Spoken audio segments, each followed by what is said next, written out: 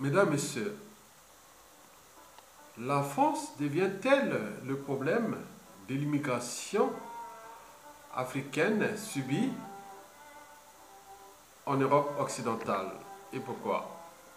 Mesdames, Messieurs, quand on regarde les médias français traitant du problème d'immigration clandestine ou subie par l'Europe occidentale, et notamment par la France aussi, que constatez-vous ou que constatons-nous individuellement et collectivement, chacun en son âme et conscience? Pour ma part, en mon âme et conscience, je pense que les médias français classiques diffusent beaucoup d'informations controversées sur la problématique. On parle d'abord des routes de l'immigration clandestine, partant de la Turquie à la Grèce, en passant par les Balkans, les côtes italiennes et espagnoles. On parle aussi d'Afghans et des Kurdes, aujourd'hui aussi des Syriens. Les problématiques ici posées sont celles d'abord des guerres, des religions, d'extrémisme, aussi des dictatures à cette échelle du Proche-Orient et d'Extrême-Orient d'ailleurs. On parle d'Africains fuyant la misère, puis les dictatures africaines. Selon ces médias, ces Africains viennent majoritairement que du Soudan, de l'Érythrée, de Djibouti, du Maghreb, marocains, tunisiens et libyens d'ailleurs. Quant aux subsahariens d'Afrique francophone, ces médias en parlent peu ou rarement, alors qu'ils constituent d'ailleurs le plus grand contingent d'immigrés clandestins qui s'installent en France dans l'indifférence générale. Sauf au niveau des services préfectoraux d'immigration et des services sociaux et voies judiciaires pour les cas de violences et compagnie. Mesdames, Messieurs, et pourquoi ces cafouillages? Ces francophones qui fuient les dictatures et démocratures France-Afrique. Oui, ces francophones qui fuient les dictatures et démocratures France-Afrique. Je vous informe que l'Afrique francophone détient le record.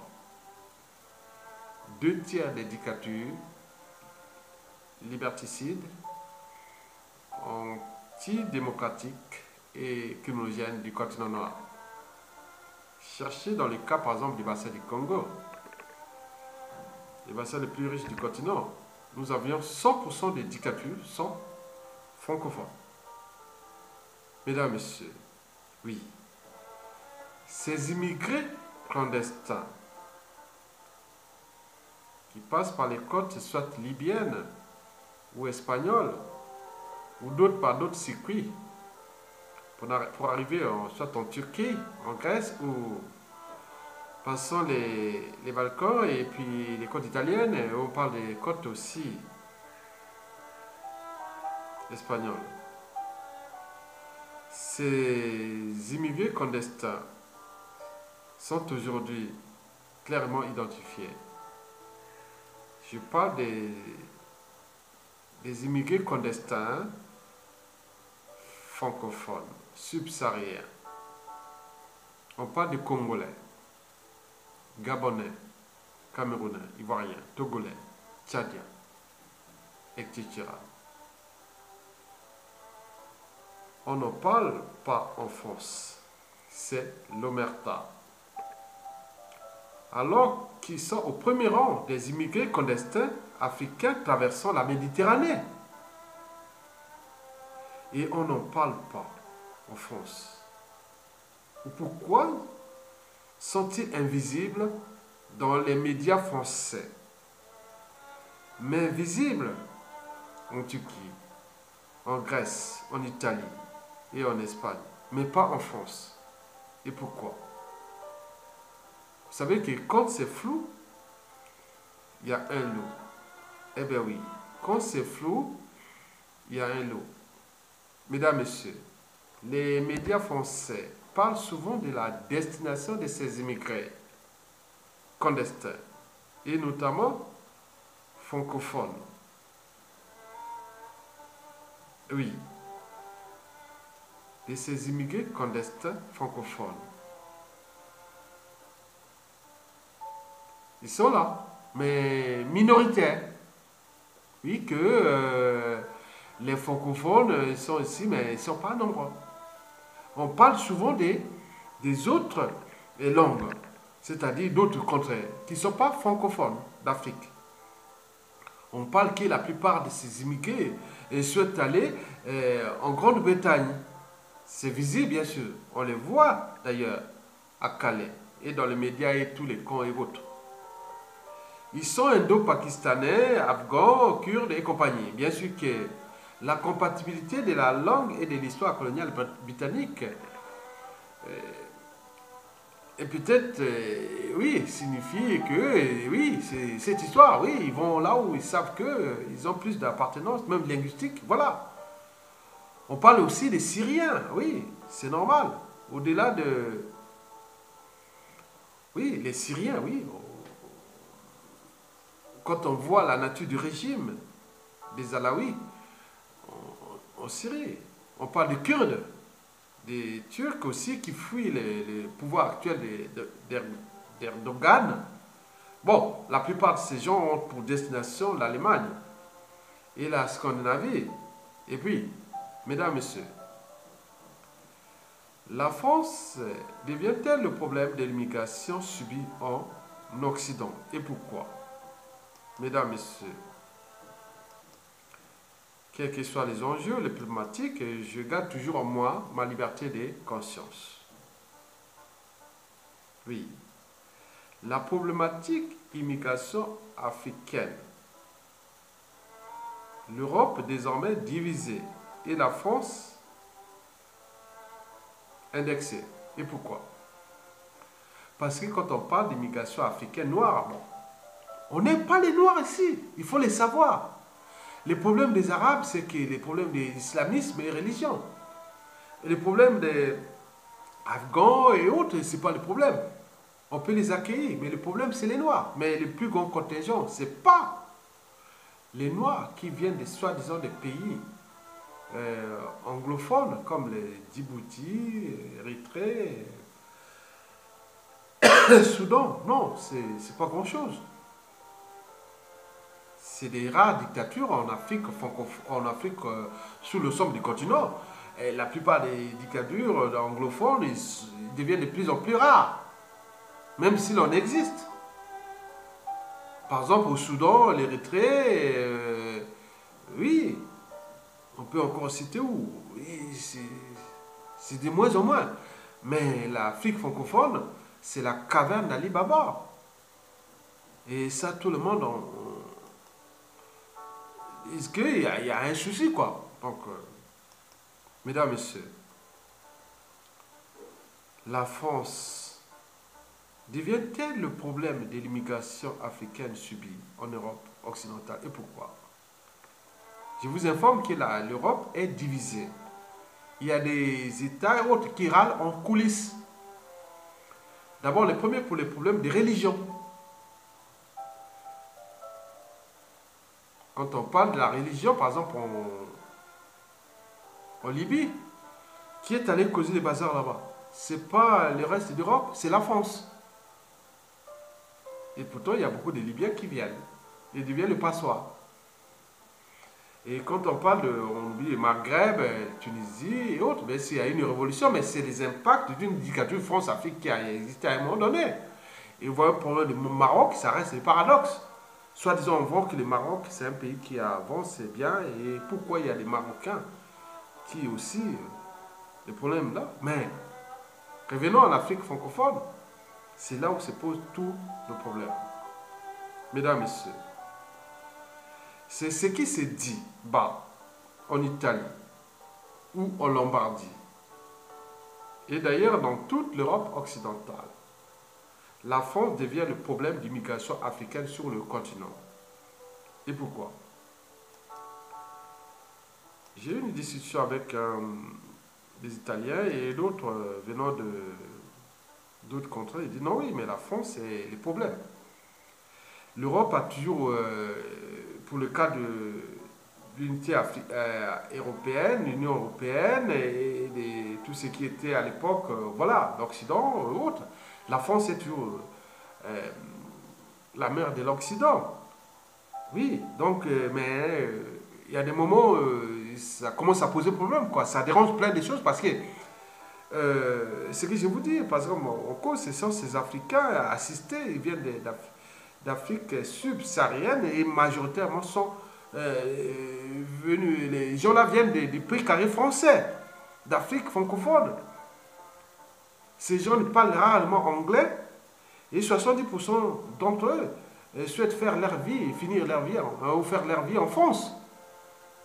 Mais celle-ci bloque au niveau des frontières. Oui, la France n'est d'ailleurs pas solidaire à ce qui se passe en Italie, avec l'Italie. L'Italie subit de plein fouet la politique impériale française en Afrique francophone. Par solidarité européenne, on a accompli ça à un moment donné. Donc les Italiens disent non mais attends, prenez votre responsabilité. Nous avons des immigrés qui viennent de la Libye. Bon ben la Libye, colonie italienne, on peut tout à fait comprendre. Mais vous prenez vos immigrés qui viennent du Cameroun, du Congo et une majorité viennent là-bas. Mais pourquoi vous les cassez, vous ne les prenez pas? Prenez ça, via les autres, par exemple l'Angleterre, la Grande-Bretagne et l'Allemagne et tout ça, ils prennent tous les immigrés. Mais pourquoi pas la France? Prenez vos immigrés francophones, ils parlent français, ils viennent chez vous. Mais pourquoi la France fait les cons? On joue les zizanies et autres. Et ce qui dérange. Et bon, certains sont allés même plus loin parce qu'ils disent, oh, ben, nous on n'a plus de colonies. Par exemple, c'est-à-dire en Italie, même d'autres Anglais, non, mais pourquoi la France fait ce jeu-là? Nous, on n'a plus de monnaie coloniale, on n'a plus de trucs là-bas. Bien sûr que la France nous couvre avec ces gendarmes de l'Afrique. Mais les choses ont changé. Il faut que la France commence à comprendre que ces problèmes-là ont des impacts en Italie maintenant. L'Espagne a eu la fermeture de son truc là au Maroc, mais qui a réduit un peu le volume des migrants. Mais ils arrivent toujours, ils vont arriver. Tant que la France ne prend pas ses responsabilités avec ses ex-colonies. Parce que ces ex-colonies deviennent les groupes pourvoyeurs d'immigrés en Occident. Et même le monsieur l'a dit, bon ben, si le problème de la Syrie est réglé, on n'aura plus rien. Ce n'est pas les gens qui immigraient comme ça. Et si le problème de l'Afghanistan et des Kurdes et tout ça, mais ce n'est pas des gens c'est des gens qui peuvent être intégrés ici en Europe. Ça, il n'y a pas de problème, on peut les intégrer. Mais ce n'est pas l'Africain, parce que c'est tous les assistés autres. Et majoritairement viennent d'où? Pas des pays anglophones d'Afrique, mais d'Afrique francophone. Mesdames, Messieurs. Donc, les gens se demandent pourquoi la France ne s'affranchit-elle pas de ces dictateurs-là. En trouvant le juste équilibre comme nous l'avons fait. Nous n'avons plus de monnaie en Afrique. Il a répété plusieurs fois. Il a cité l'Italie, la Grande-Bretagne, l'Allemagne et tout ça. Bon. La Belgique. Maintenant, pourquoi la France est toujours là en train de faire ce jeu-là? Au lieu aussi de prendre ses responsabilités. Parce que l'immigration clandestine et toute compagnie ont un coût déjà social. Parce qu'il faut les nourrir, il faut les mettre partout. Et aussi, il y a un coup politique parce que la montée en puissance des- du nationalisme et autres. Donc ça devient un problème qui va à un moment donné s'exploser en Europe. Donc la France devient l'un des problèmes.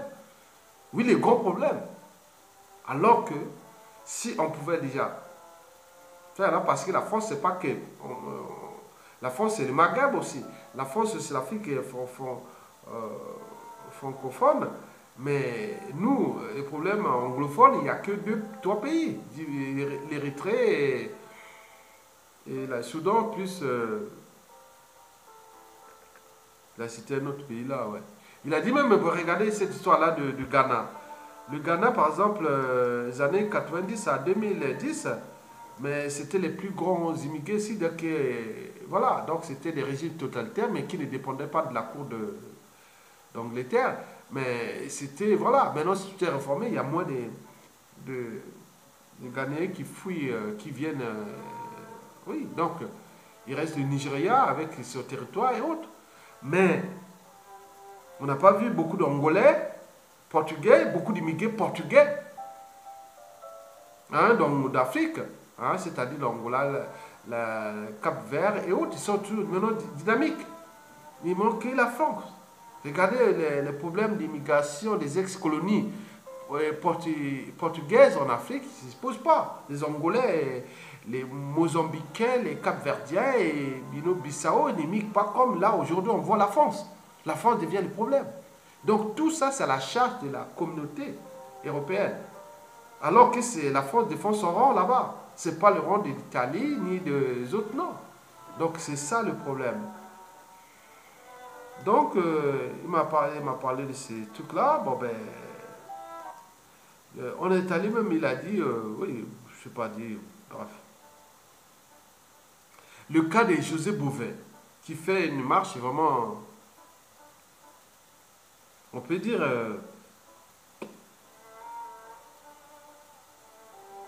des barreaux d'honneur, quoi, des choses comme ça, quoi. Mais en réalité, les gens disent non, mais si José Bové pourrait faire cette marche-là du sud de la France jusqu'à à Paris, et on demande à arriver à l'Élysée disant la France, on éjecte tous les indicateurs de notre précaré qui nuisent gravement à notre image, à tout ce qui va arriver par la suite, comment trouver les gens responsables dans ces pays pour qu'ils puissent apporter beaucoup de valeur ajoutée à leur peuple de cette France-Afrique.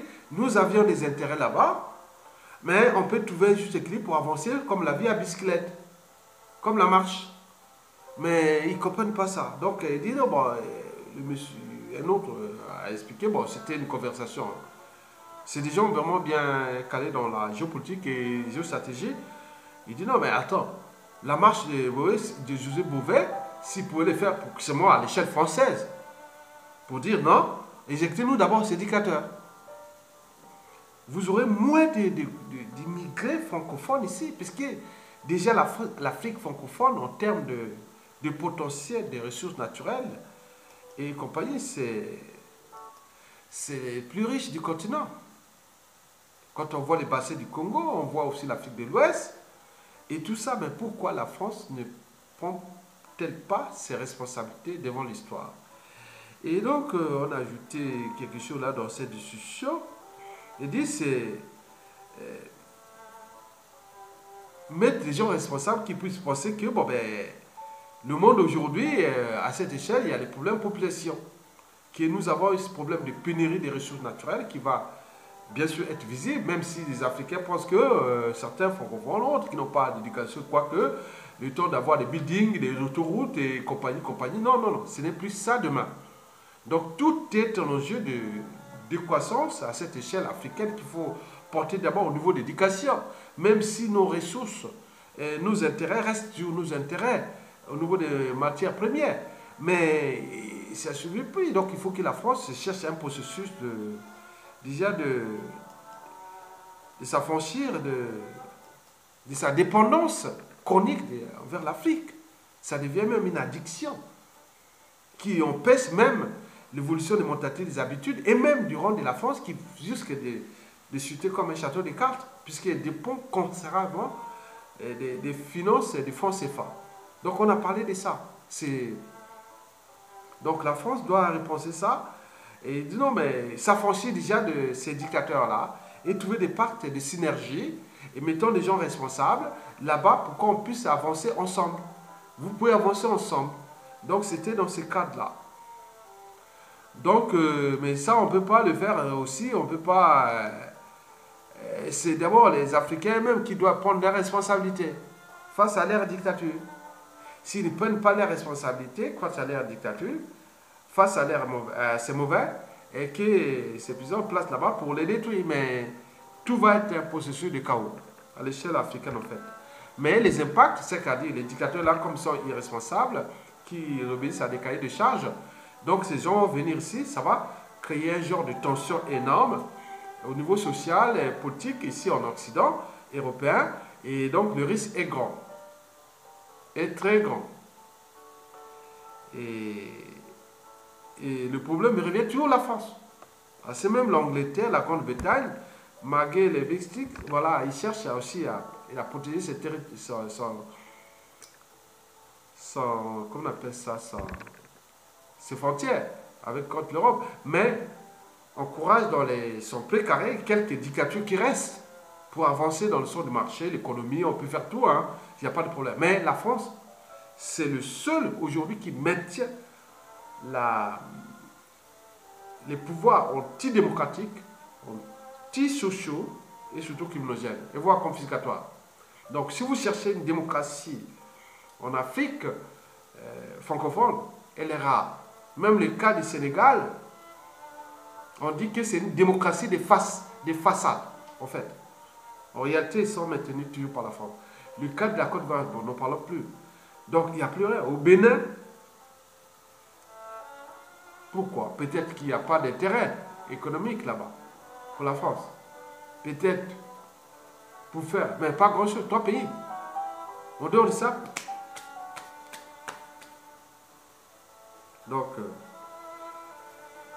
donc, je voulais simplement vous diffuser cette information pour avancer aussi la pensée, les réflexions, et pour que nous puissions ensemble mettre des solutions pour avancer ensemble. Parce que le problème de la France-Afrique est posé. Au terme d'abord de ses libertés fondamentales et aussi de ses enjeux et de ses impacts qui sont aujourd'hui visibles. Donc si vous passez dans les services français, que ce soit les administrations françaises, que ce soit la justice,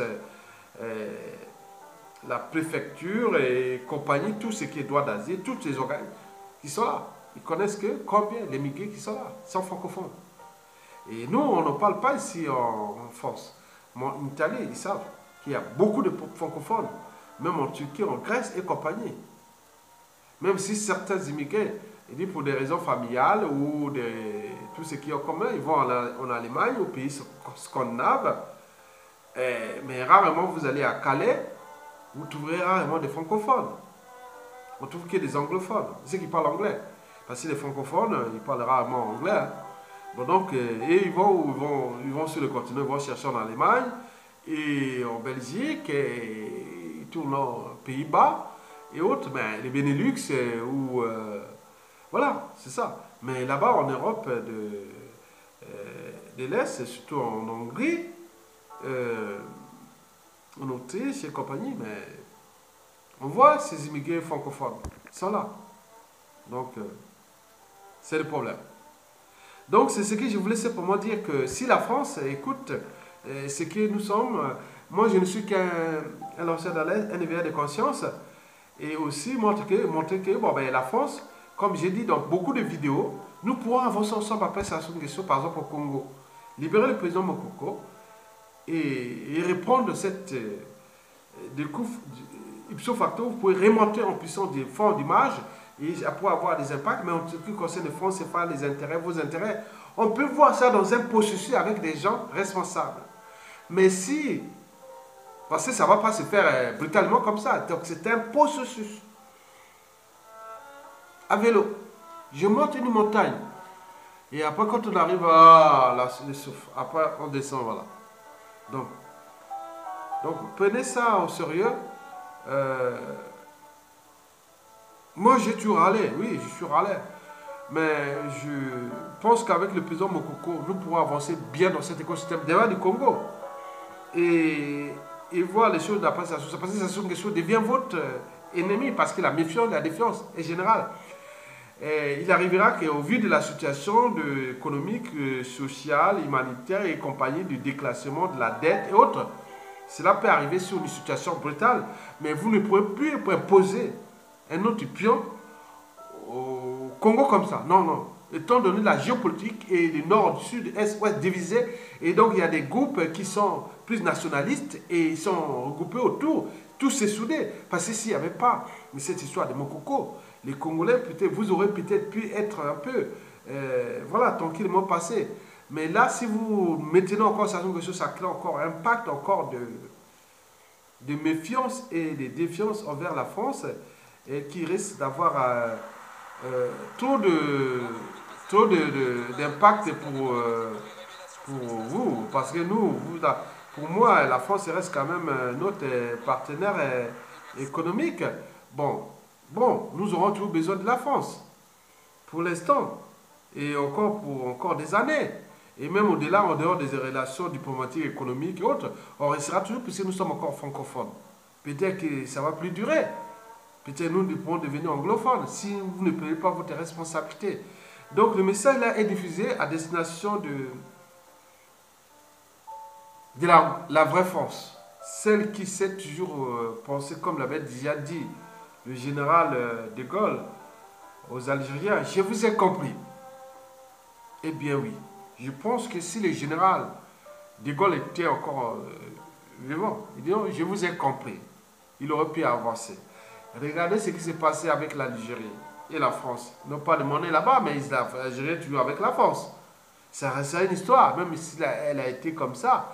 Mais vous voyez les cas qui s'est rentré dans les conflits qui peuvent aller plus durablement. Regardez le cas du Rwanda qui s'est transformé en pays anglophone, alors que c'est un pays francophone. Mais cela peut avoir un trait d'entraînement dans la sous-région si vous ne prenez pas conscience de ces impacts. Donc, je reviens sur les immigrés. Ils sont partout dans les parcs. Quand on les parque, on rencontre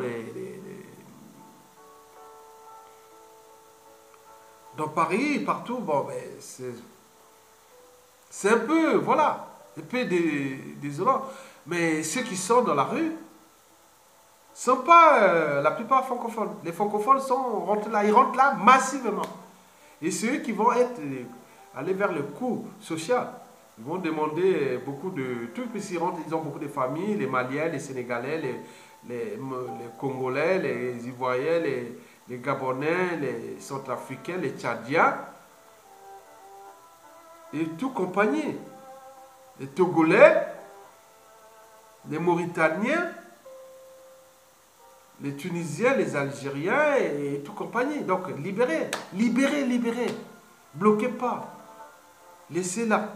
Libérer l'énergie libre.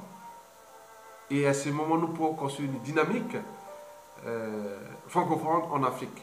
Tant au niveau de l'Afrique subsaharienne qu'au niveau du Maghreb. Et à ce moment, l'enjeu serait déjà d'apporter beaucoup d'éducation pour que les gens comprennent que le développement n'est pas infini. Donc, il ne faut pas faire beaucoup d'enfants. Voilà traiter des fondamentaux, des problématiques sociétale à cette échelle de l'Afrique francophone. Nous pouvons le faire, on a les capacités, on a l'esprit du débat, de nourrir des débats. On peut le faire, c'est possible. La survie de l'Afrique francophone et d'ailleurs de ce bloc francophone en Afrique ne dépend pas de ces oligarchies politico-affairistes et autres qui sont aujourd'hui en train d'être déclassés aux yeux de la conscience mondiale.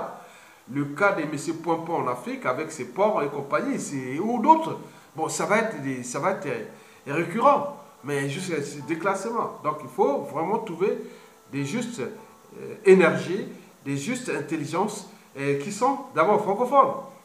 Et après, nous pouvons aller dans un processus durable.